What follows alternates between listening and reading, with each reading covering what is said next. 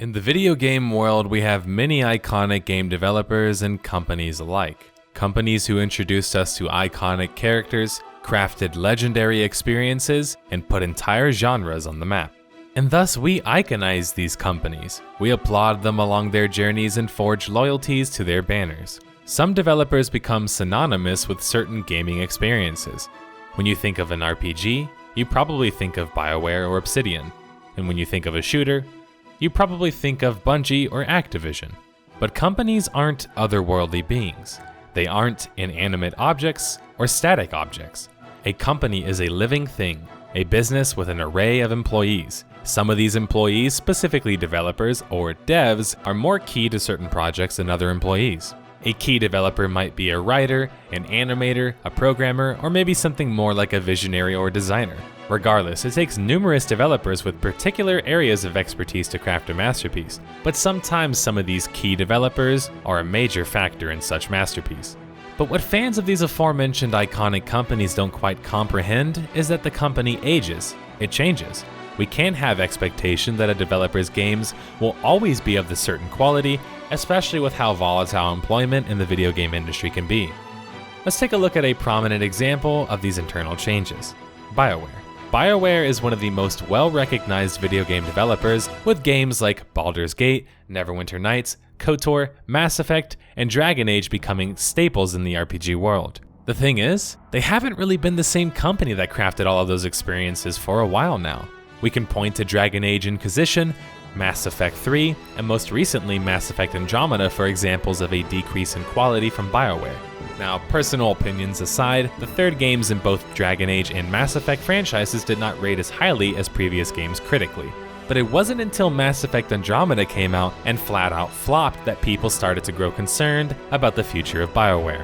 What has changed at BioWare? How could they go from producing so many top quality, iconic experiences to such a lackluster game like Mass Effect Andromeda? My father's dead.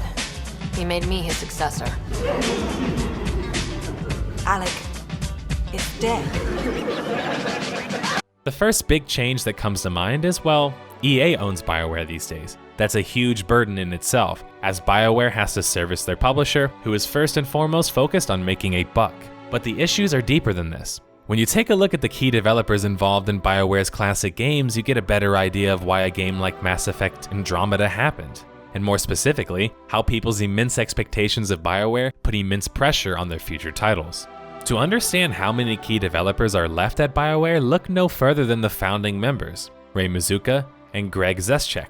Mazuka and Zeschek co-founded BioWare and both left the company in 2012. It's not very often a company loses two founding members and continues to exist. Obviously, in BioWare's case, it's a little bit different since BioWare is owned by EA, which meant that folding was never really a possibility at the time. But that's just the beginning in terms of how many of BioWare's key developers, the ones responsible for their legacy, left the company. It also asks the question of how many more prominent devs will need to leave before we start to see BioWare in a different light, for better or for worse. Just last year in 2017, senior lead animator Stephen Gilmore left BioWare in the midst of developing their newest project, Anthem.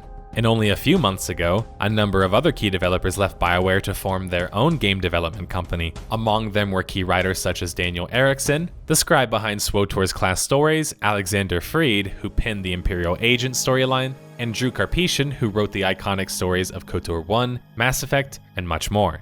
For a studio known for its strength in narrative, BioWare has lost an overwhelming amount of their creative talent. Even the team behind Dragon Age is lacking many of its key developers. 3 years back, the creative mind credited for the Dragon Age series, David Gator, left BioWare to join another company. And then just last year in 2017, BioWare lost another key developer in Mike Laidlaw, the veteran writer, designer, and creative director behind projects such as Jade Empire, Mass Effect, and Dragon Age. I go through the exercise at this point to point out that although BioWare still exists in name and owns all of the high-profile IPs previously mentioned, we can't honestly say that it's the same company. Thus, we should start to look at them a little bit differently. When a company builds a strong reputation through classic products, we as gamers have high expectations for them to constantly deliver like they did in the past. But past a certain point, these expectations become unrealistic. I mean, BioWare lost many of the key developers who helped create all of their classic titles. Hell, some of the names that left the company had worked there for over 15 years and are credited with creating the very mythos and universes behind some of the RPGs. So can we honestly say that BioWare is the same company after losing so many of its key developers? I don't think so. But many of us still have the same high expectations because of the level of quality the BioWare name has grown accustomed to. I don't mean to pick on BioWare here specifically. You can see clear examples of key players leaving other companies as well. Obsidian Entertainment, for example, has lost nearly every major writer who has worked there. Chris Avalon of Planescape Torment, KOTOR 2, and Fallout fame left Obsidian just recently, as did writers for Neverwinter Nights 2, Tyranny, and Fallout New Vegas. The same can be said for Bungie Studios. Bungie is famous for creating the legendary Halo series, but Bungie is a company just like the previously mentioned companies that doesn't really have the same core team it used to. Just look at the very top. Bungie lost a co-founder in Alex Seropian. Alex Seropian was also the producer and director for the original Halo Combat Evolved. But even excluding just him, there's a dozen other devs who also left the company to go form their own companies. These are merely just a few examples of high-profile game development companies slowly losing their identities. This video isn't a call to action because there's nothing inherently wrong with these changes. This is a natural part of the business. People do come and go. But when key people leave these companies and start to leave these companies in droves, perhaps it's time to start to question why. Perhaps there's something wrong with the company itself, or what it has become. It's important we realize the ramifications of their departures and adjust our expectations accordingly.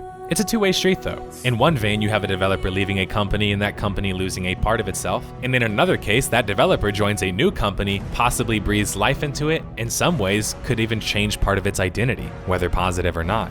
Companies like BioWare, Obsidian, and Bungie are not the same companies that they used to be. If you ever ask yourself how such iconic companies could put out games of lesser quality than their previous outputs, now you know the answer. A game developer is a living, breathing human being with strengths and flaws. Combine a few of them together and you have a living and breathing company with its own particularities. When people depart such a company, the company loses part of what made them who they were. And that's important to realize, especially if where there's smoke, there's fire, and perhaps it's time to start thinking, why are people leaving that company? Next time someone says, it's Bungie guys, we can expect a quality shooter, you can be justifiably skeptical and ask yourself, is this Bungie of today the same Bungie of old? Thanks for watching, guys. I want to thank you guys for taking the time to watch this video and also support my content. If you want to support my content even more, you can head over to patreon.com/nerdslayer. We've got some goals set up, we've got some reward tiers set up, and we even have an about blurb that details what we're going to be doing with the future of the channel. Anything's helpful and you can donate as little as $1, which I will greatly appreciate. Thank you.